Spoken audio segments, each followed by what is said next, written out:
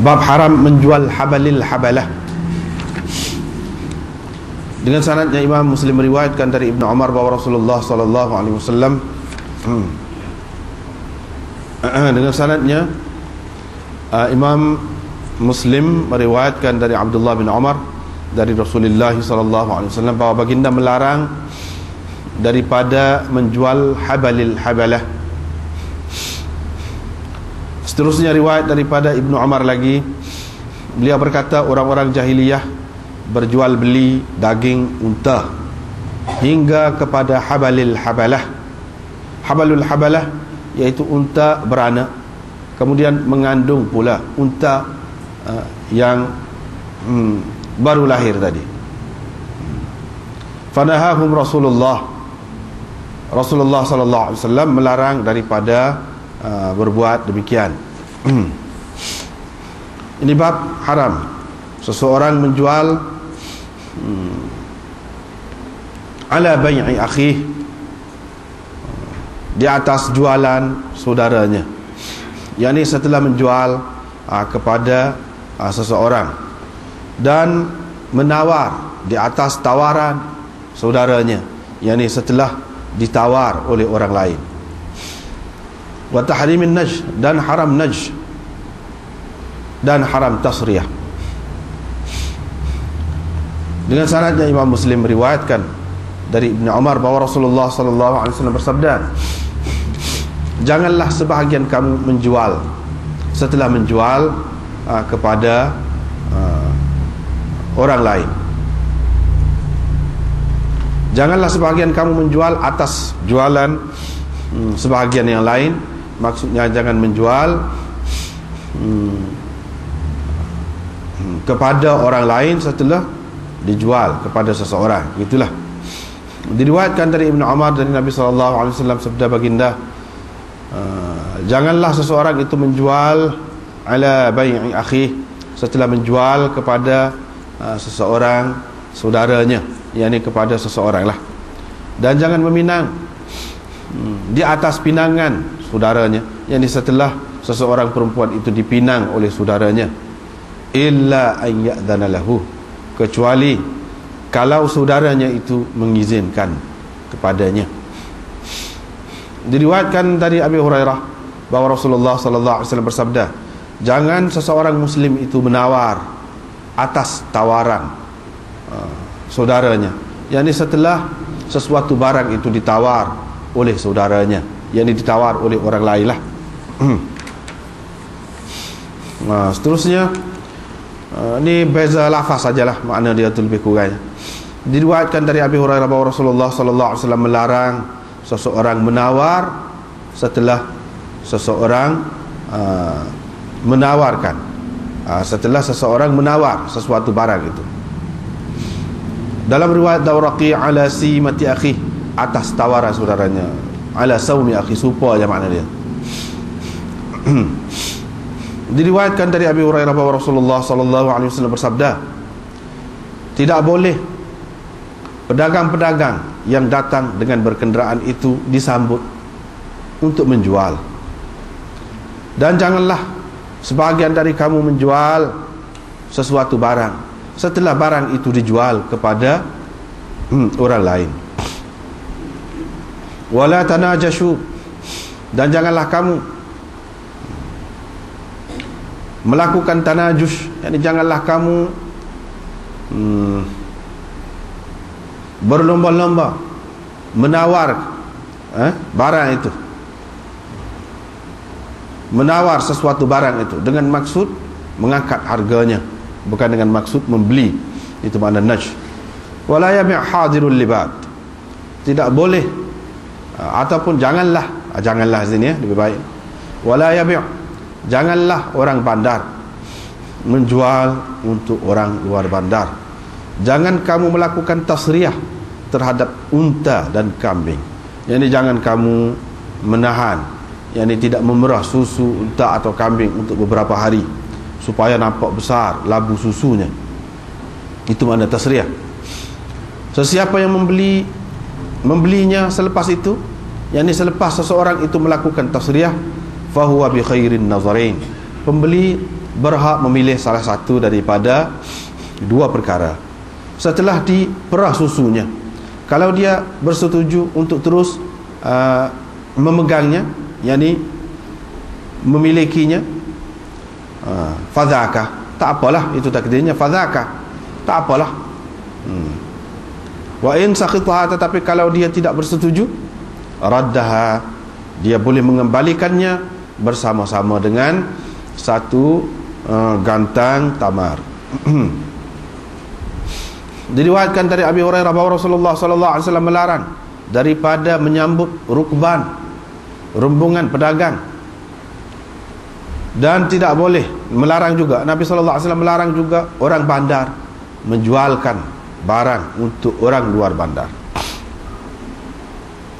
dan melarang ini dan atas belakang ni, Rasulullah melarang perempuan meminta supaya saudaranya dicerai, meminta supaya seseorang perempuan yang merupakan isteri kepada seorang lelaki itu dicerai. Wa 'anil najh, melarang juga, baginda melarang juga daripada najh tadilah, dan tasriyah. Wa an yastabar rajul 'ala sawmi akhihi, baginda juga melarang seseorang itu menawar sesuatu barang yang telah ditawar oleh orang lain.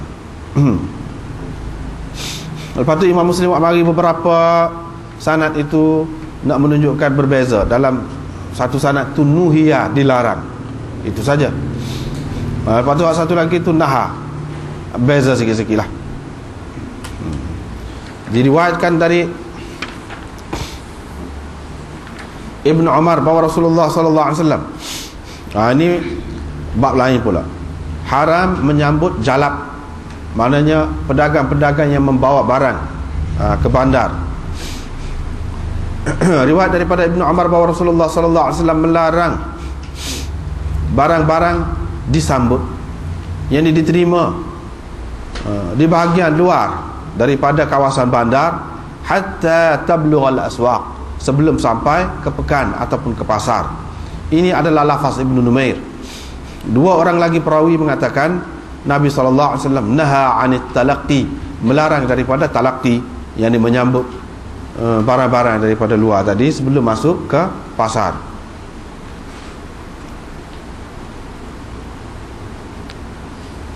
Seterusnya sama juga, naha an talaqqil buyu', melarang daripada menyambut jualan barang, yang sebelum sampai ke pasar. Satu lagi, naha Rasulullah sallallahu alaihi wasallam an yutalaqqal jalab, iaitu disambut jalab. Jalab ni maknanya orang-orang yang membawa barang dari luar untuk masuk ke bandar ataupun ke sesuatu tempat itu. Diriwayatkan dari Ibnu Sirin, beliau berkata, saya telah mendengar Abu Hurairah berkata, sesungguhnya Rasulullah sallallahu alaihi wasallam bersabda, jangan kamu menyambut jalab, yakni orang-orang yang datang membawa barang dari luar. Sesiapa yang menyambutnya juga lalu dibelinya barang dari orang itu, kemudian atas sayyidu, tuannya, sampai ke pekan, fahuwa bil khiyar, tuannya berhak untuk memilih sama ada meneruskan jualan tadi ataupun membatalkannya. Ini bab haram orang bandar menjual untuk orang luar bandar.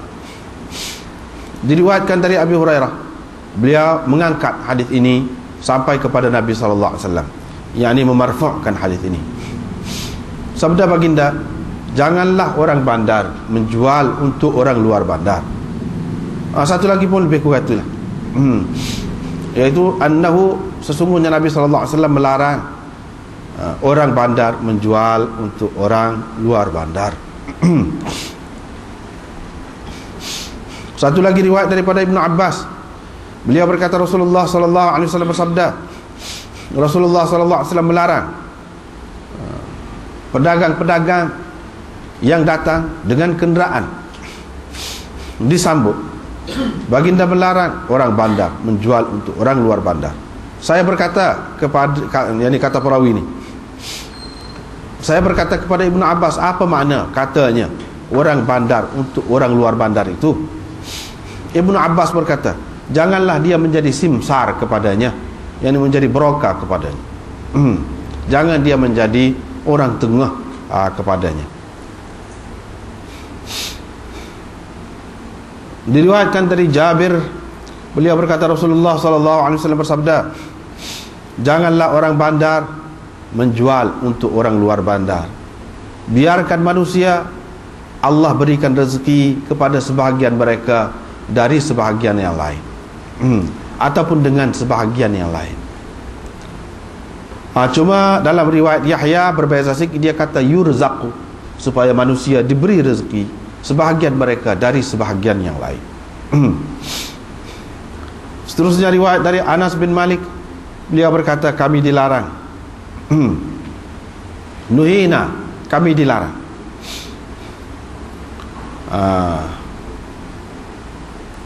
yaitu orang bandar menjual untuk orang luar bandar. Wa in kana akhahu, walaupun orang itu saudaranya ataupun ayahnya. Yang satu lagi pula itu juga, nuhina, kami dilarang daripada menjual hadirul liban, daripada, yakni kami dilarang supaya kami mengawal lah, jangan sampai orang bandar menjual untuk orang luar bandar, supaya lebih kurang ya. Baik, kita tengok dulu. Ini bab haram jual habalil habalah.